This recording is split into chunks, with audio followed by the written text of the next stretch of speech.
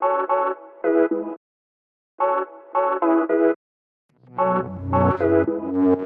Dr. Aidan Gillespie and I'm Senior Lecturer in Education in the Department of Social Work, Education and Community Wellbeing in the Faculty of Health and Life Sciences at Northumbria University.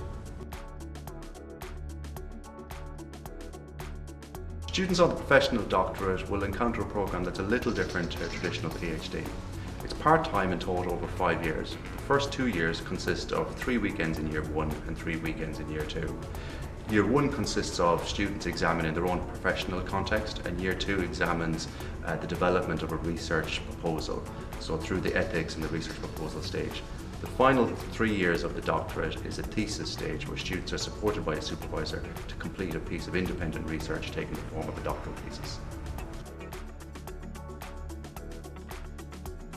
Students ideally on the professional doctorate will be people in the sort of middle part of their career, so they could be middle leaders to senior leaders across a range of professions to do with education, health, well-being, society, and they would be in a position that they could be a leader within their particular context. Northumbria University has a history of public service, and this programme reflects that.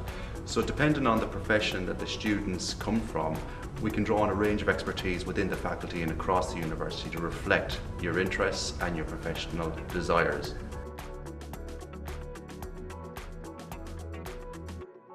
Students develop academic skills, first of all looking at their own identity as a professional and then developing that into the wider context of their profession. Developing on from that, students look to examine research skills, methodologies and writing, and then in years 3 to 5 students are supported by a supervisor in order to complete a successful doctoral thesis.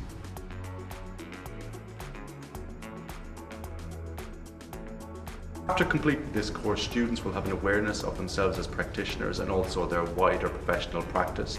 That will enable them to look at their own personal practice as well as wider professional context in order to effect change.